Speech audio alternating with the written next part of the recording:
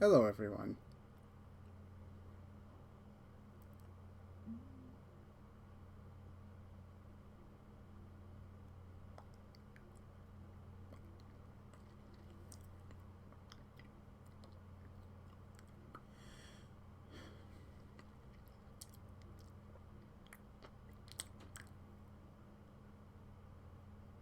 Hello, everyone. I wanted to talk about this really interesting article that appeared in the New Yorker recently by Simon Parkin. I hope I pronounced that name right. It's titled Shigeru Miyamoto Wants to Create a Kinder World, and it's a really nice interview with Shigeru Miyamoto, legendary game designer, producer for Nintendo. Made such classics as the original Donkey Kong. It created Super Mario Brothers, Legend of Zelda. Just put his hands in a lot of the really iconic franchises that have come out of Nintendo. And it's kind of an interview sort of following up since, we just had the direct that talked about the new Super Mario World theme park at Universal in Japan. And, he's been sort of leading the development of that and kind of reflecting on some of his life's work. And there was a really interesting quote in the article asking about his work on sadder games and the fact that he doesn't tend to incorporate a lot of sad or negative emotions in his games. I'll go ahead and read that quote and post it up on the screen in the video right now. Speaking of new experiences, more and more game makers have become interested in exploring the themes of sadness, loss, and grief. This is something that your games have mostly avoided, perhaps because of Nintendo's roots as a toy maker, its focus on making things for children. Do you regret not having the opportunity to explore those themes in your work? Video games are an active medium.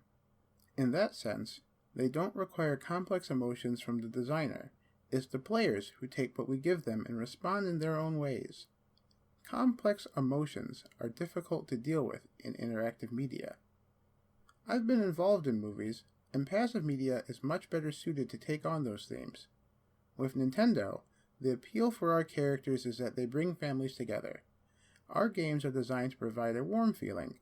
Everyone is able to enjoy their time playing or watching. For example, when I was playing with my grandchild recently, the whole family was gathered around the television.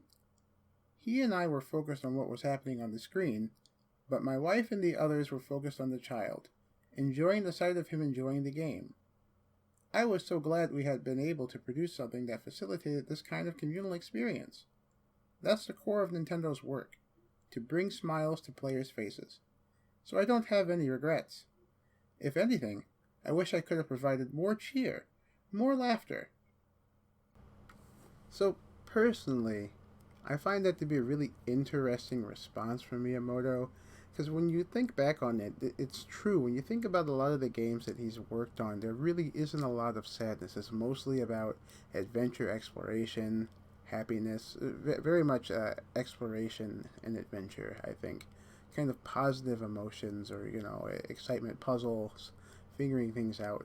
There's not really a deep exploration of emotion. And maybe part of that had to do with the hardware limitations that you're first dealing with.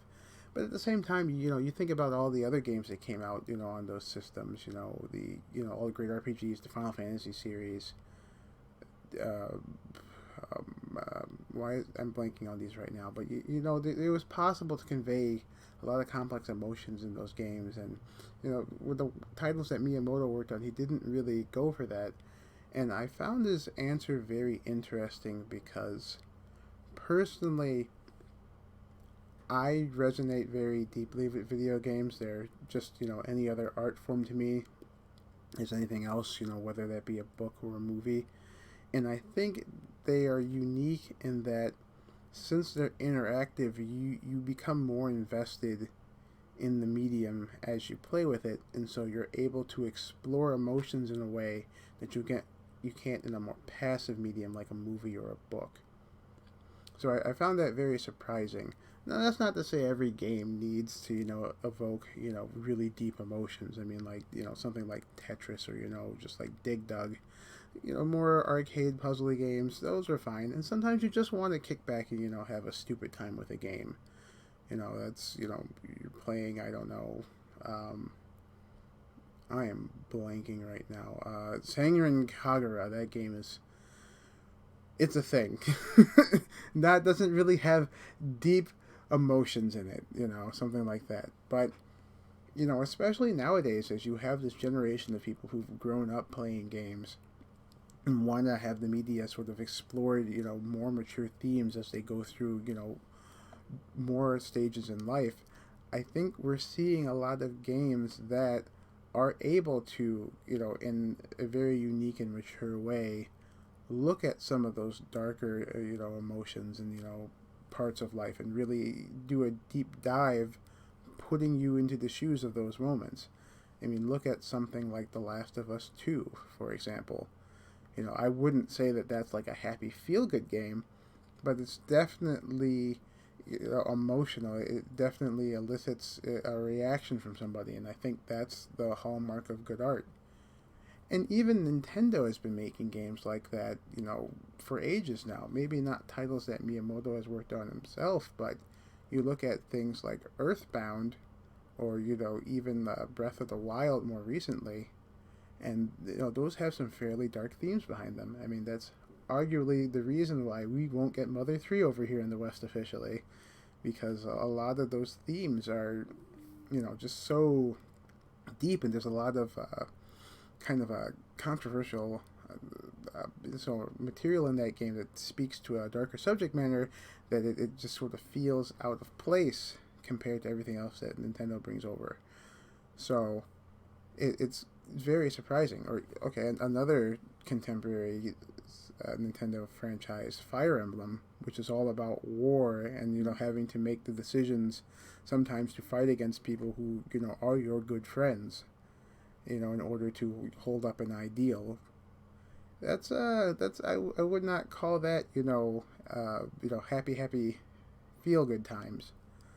So I guess in this case I'd almost have to respectfully disagree with Miyamoto, in that I believe video games offer a unique perspective into emotions by immersing the player into a situation that they otherwise could not through passive media. And what I'm really interested in nowadays is that we're seeing a lot of people apply that same critical theory that we've been applying to, books and movies for decades now, onto video games, to really do that sort of deep analysis to process the emotions that they're trying to convey. And we were able to sit down and also talk to a lot of these directors who are, and writers who are trying to put a lot of sort of thought and thought provocation in their games, and really understand what how do these titles relate to the human condition. So I personally think that video games are a fantastic medium to explore the whole wide range of human emotion, whether it be happiness, sadness, anger, grief, lust, all of it. So I would advise anybody, who wants to make a game that explores those sort of subjects to, please go ahead and do that. Maybe we are actually limiting ourselves by calling them video games, because some people hear the word game and assume that it's something that's supposed to be fun, and I don't necessarily know that a game, quote unquote, needs to be fun in order to be engaging and worthwhile. I remember I went to a convention a few years back, I think in 2017, WizCon, and I was at a panel where somebody was talking about the culture of LARPs in, I believe, Scandinavia. And, you hear the word LARP and you usually think about, lightning bolt, people running around and basically playing D&D with, like, foam swords and stuff.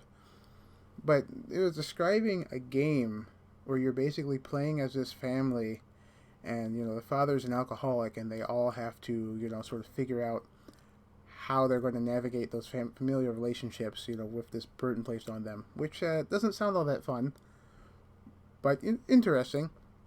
There's another game that the presenter described that talked about a LARP that was set in New York during like the 1980s in the LGBT community at the height of the AIDS pandemic, which yeah, I don't know that that kind of subject matter really warrants a happy fun time game, but it's interesting to be able to explore that subject matter through an interactive experience. And I think if you look at games in the same way, where they can be an interactive experience in order to explore human topics, they can be a great boon to how we communicate to one another. So those are just some thoughts that came up out of this interview. It's really great. I'll go ahead and link it in the description. Please read the whole interview on the New Yorker webpage. It's fun. It gives you sort of a good look into what Miyamoto has been up to lately. But that one question really kind of resonated with me, and I wanted to take some time to talk about it. So yeah, thank you.